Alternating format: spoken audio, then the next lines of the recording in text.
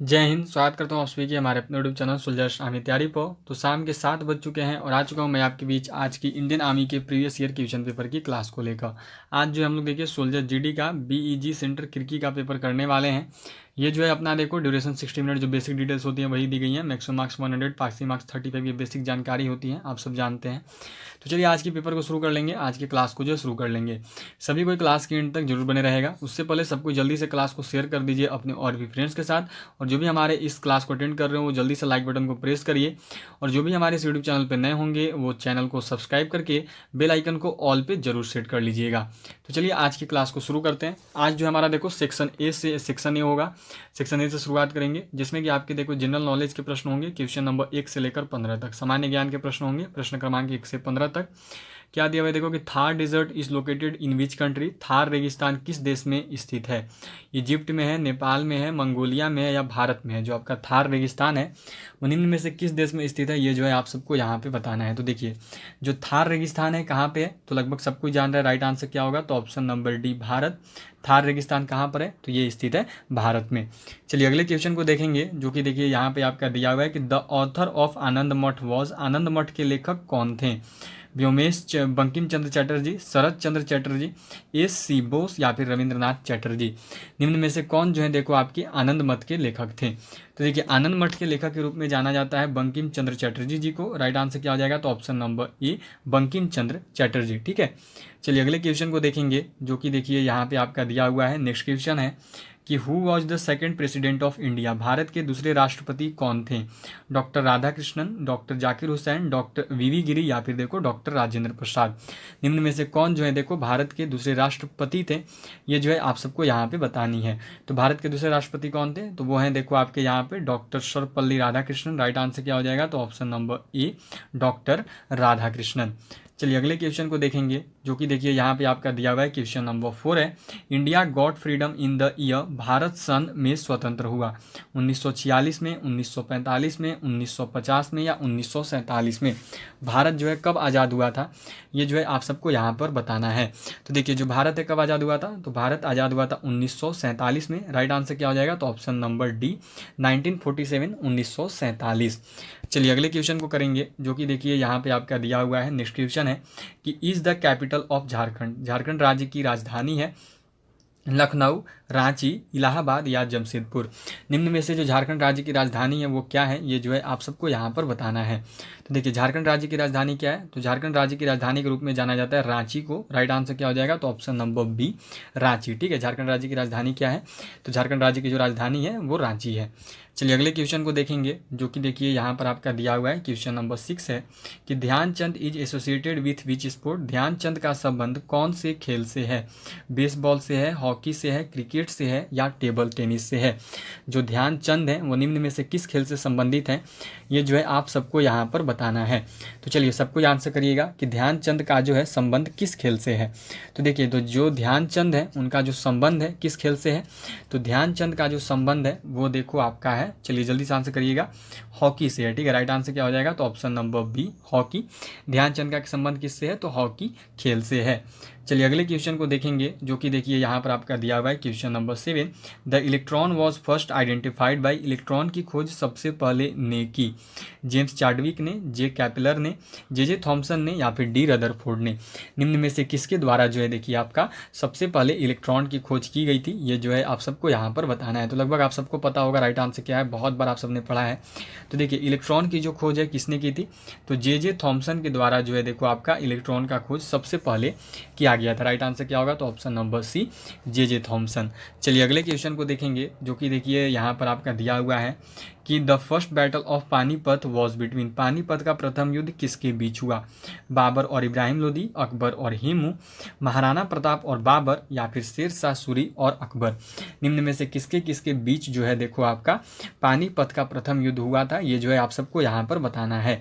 तो देखिए पानीपत का प्रथम युद्ध किसके किसके बीच हुआ, तो पानीपत का जो प्रथम युद्ध है ये हुआ था देखो आपका बाबर और इब्राहिम लोदी के बीच में। राइट आंसर क्या हो जाएगा? तो ऑप्शन नंबर ए बाबर और इब्राहिम लोदी। चलिए अगले क्वेश्चन को देखेंगे, जो कि देखिए यहाँ पे आपका दिया हुआ है। क्वेश्चन नंबर 9 है कि which is the largest bird in the world, विश्व का सबसे बड़ा पक्षी कौन सा है। मोर है, शुतुरमुर्ग है, अल्बर्ट्रोस है या फिर ईमू है। निम्न में से विश्व की सबसे बड़ी पक्षी कौन सी है, ये जो है आप सबको यहाँ पर बताना है। तो देखो विश्व की सबसे बड़ी पक्षी कौन सी है, तो विश्व की जो सबसे बड़ी पक्षी है वो है आपका ऑप्शन नंबर बी, ऑस्ट्रिच। इस क्वेश्चन का जो राइट आंसर है वो है आपका ऑप्शन नंबर बी, ऑस्ट्रिच। जिन्होंने अभी तक क्लास को सेशन को लाइक नहीं किया वो जल्दी से लाइक बटन को प्रेस करिए, उसके साथ साथ शेयर करिए अपने और भी फ्रेंड्स के साथ, और जो भी हमारे इस यूट्यूब चैनल पर नए होंगे वो चैनल को सब्सक्राइब करके बेल आइकन जरूर प्रेस कर लीजिएगा। तो ऑस्ट्रिच हो गया। चलिए अगले क्वेश्चन को देखेंगे, जो कि देखिए यहाँ पे आपका क्वेश्चन नंबर 10 है। Delhi is located on the banks of east river, Delhi किस नदी के तट पर स्थित है, यमुना, सरयू, गंडक या गोमती। चलिए सबको बताइएगा राइट आंसर क्या होगा। दिल्ली जो है किस नदी के तट पर स्थित है, ये जो है आप सबको यहाँ पर बताना है। तो देखो दिल्ली किस नदी के तट पर स्थित है, तो जो दिल्ली है ये देखो आपका स्थित है यमुना नदी के तट पर। राइट आंसर क्या हो जाएगा, तो ऑप्शन नंबर ए, यमुना। आज जो आपके 30 क्वेश्चन होंगे इनमें से आप सभी का टारगेट 28 क्वेश्चन का है, ठीक है। बहुत बार मैंने आप सभी को ये क्वेश्चन पढ़ाए हैं, तो सबको ही बताइएगा, ठीक है। सारे के सारे क्वेश्चन जो पढ़ाए हुए ही आए हैं, तो सभी का टारगेट देखो 28 आउट ऑफ 30 है। सबको 28 इसको जरूर करेगा, 28 के नीचे कोई भी नहीं आएंगे। ये पुराने बच्चों के लिए है, जो नए हैं उनके लिए नहीं है, जिनकी पेपर अभी होने वाली है ये उनके लिए है, ठीक है। चलिए अगले क्वेश्चन को देखेंगे, जो कि देखो आपका क्वेश्चन नंबर 11 है। हु इन्वेंटेड बाईसाइकिल, साइकिल का आविष्कार किसने किया था। कार्ल वॉन, यहाँ पे दिया हुआ है बैरन कार्ल फॉन डेरिस, या फिर देखो आपकी फ्रैंकलिन के द्वारा, या जेम्स रिटी के द्वारा, या डनलप के द्वारा। निम्न में से किसके द्वारा जो है देखो आपका साइकिल का आविष्कार किया गया था, ये जो है आप सबको यहाँ पर बताना है। तो देखिए साइकिल का जो आविष्कार है वो आपका किया गया था कार्ल वॉन डेरिस के द्वारा। राइट आंसर क्या हो जाएगा, तो option number A, Karl von डेरिस, ठीक है। चलिए अगले क्वेश्चन की ओर बढ़ेंगे, जो कि देखिए यहाँ पर आपका दिया हुआ है क्वेश्चन नंबर 12 है। देखो आपका कि green colour in Indian national flag signifies, Bharat के राष्ट्रीय ध्वज में हरा रंग का प्रतीक है, शूरता का, बलिदान का, सत्य का, या फिर धरती से संबंध तथा समृद्धि का। जो भारत का राष्ट्रीय ध्वज में हरा रंग है वो निम्न में से किसका संबंध है, किसके संबंध को दर्शाता है, ये जो है आप सबको यहाँ पर बतानी है। तो देखिए भारत के राष्ट्रीय ध्वज में जो हरा रंग है वो किसका प्रतीक है, तो वो प्रतीक है देखो आपका धरती से संबंध तथा समृद्धि का। राइट आंसर क्या हो जाएगा, तो ऑप्शन नंबर डी, धरती से संबंध तथा समृद्धि का जो है आपका संकेत है भारत के राष्ट्र ध्वज में उपस्थित हरा रंग। चलिए अगले क्वेश्चन को देखेंगे, जो कि देखिए यहाँ पर आपका क्वेश्चन नंबर 13 है। यह है देखो कि who among the following is also known as iron man of India, निम्न में से कौन भारत के लौह पुरुष के नाम से भी जाने जाते हैं। लाल बहादुर शास्त्री, महात्मा गांधी, सरदार पटेल, या फिर मोतीलाल नेहरू। निम्न में से किसे जो है देखिए आपका भारत के लौह पुरुष के नाम से भी जाना जाता है, ये जो है आप सबको यहाँ पर बताना है। तो देखिए भारत के लौह पुरुष के रूप में किसको जानते हैं, तो वो हो गए देखो आपके क्या होगा राइट आंसर, तो ऑप्शन नंबर सी, सरदार पटेल। जो सरदार पटेल हैं इन्हें देखो लौह पुरुष के रूप में भी जाना जाता है, आयरन मैन ऑफ इंडिया भी बोला जाता है।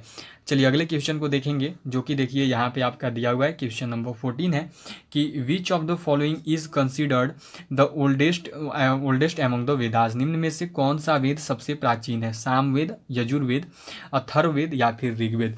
निम्न में से कौन सा वेद जो है ये देखो आपका सबसे प्राचीन है, ये जो है आप सबको यहाँ पर बतानी है। तो देखिए निम्न में से जो वेद सबसे प्राचीन है वो कौन सा है, तो वो है आपका देखो ऋग्वेद। राइट आंसर क्या हो जाएगा, तो ऑप्शन नंबर डी, ऋग्वेद, ये जो है सबसे प्राचीन वेद है।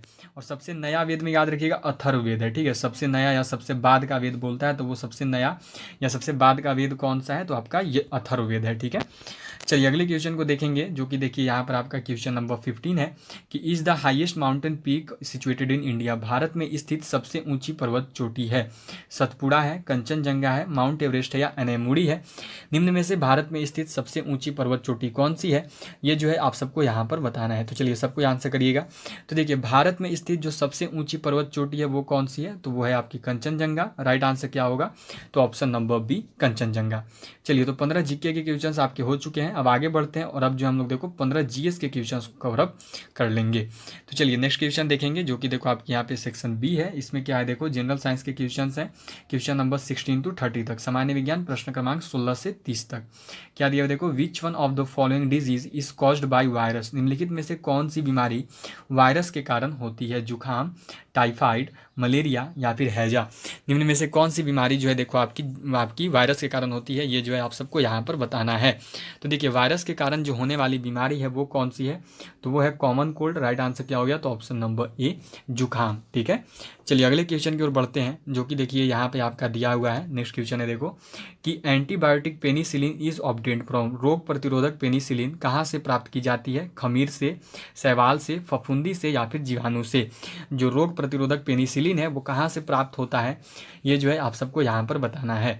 तो देखिए जो रोग प्रतिरोधक पेनिसिलिन है वो आपका प्राप्त होता है फफूंदी से, मोल्ड से। राइट आंसर क्या हो जाएगा, तो ऑप्शन नंबर सी मोल्ड, फफूंदी से जो है देखो आपका प्राप्ति होता है रोग प्रतिरोधक पेनिसिलिन का।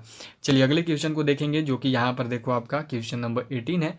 Blood pressure is controlled by which gland, रक्तचाप किस ग्रंथि के द्वारा नियंत्रित होता है, एड्रिनल ग्लैंड या फिर देखो कॉर्पस लुटेम या फिर तो ये थायराइड ग्लैंड या फिर थाइमस। निम्न में से किसके द्वारा जो है देखो आपका रक्तचाप जो है किस ग्रंथि के द्वारा कंट्रोल होता है। तो देखिए जो रक्तचाप है, जो ब्लड प्रेशर है वो नियंत्रित किया जाता है एड्रिनल ग्लैंड के द्वारा। राइट आंसर क्या होगा, तो ऑप्शन नंबर ए एड्रिनल ग्लैंड।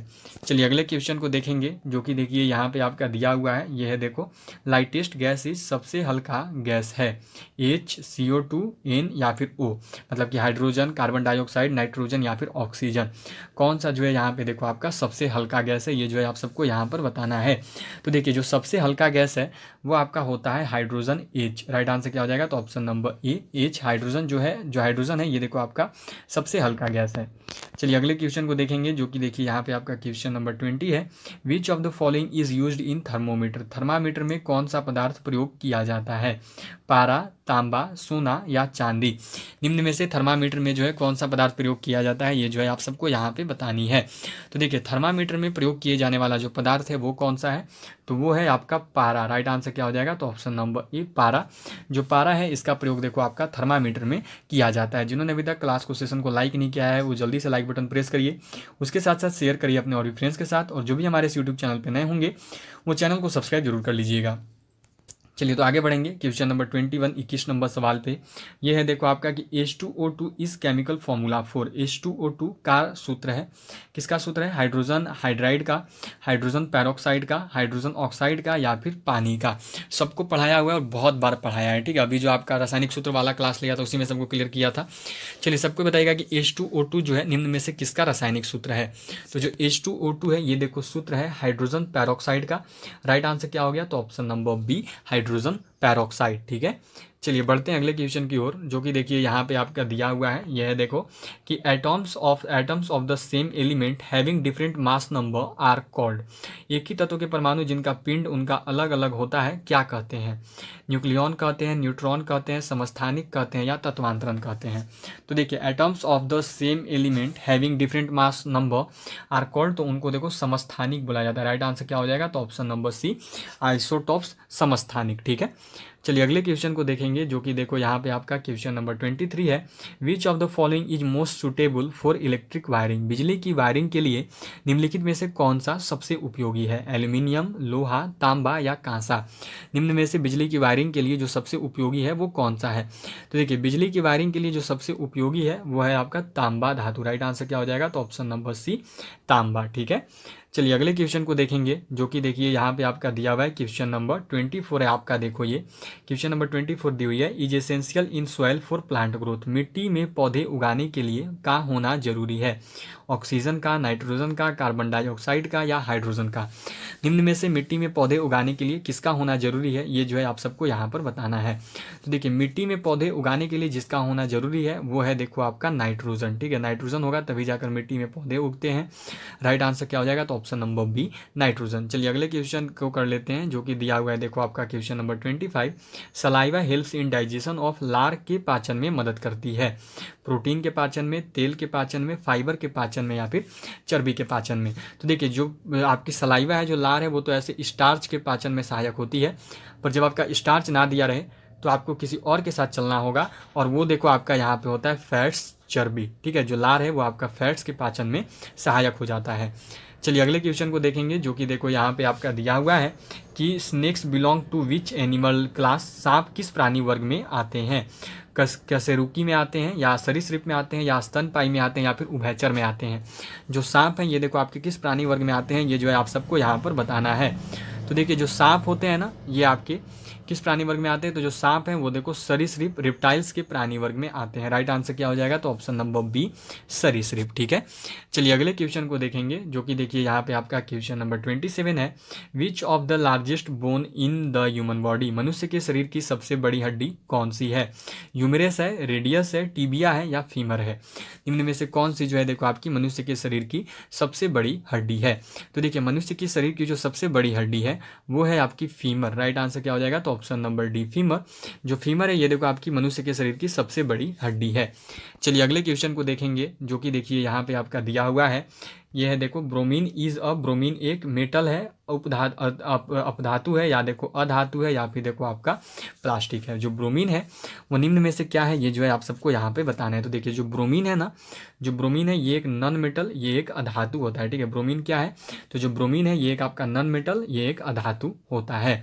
चलिए अगले क्वेश्चन को देखेंगे, जो कि देखिए यहाँ पे आपका दिया हुआ है क्वेश्चन नंबर 29 है।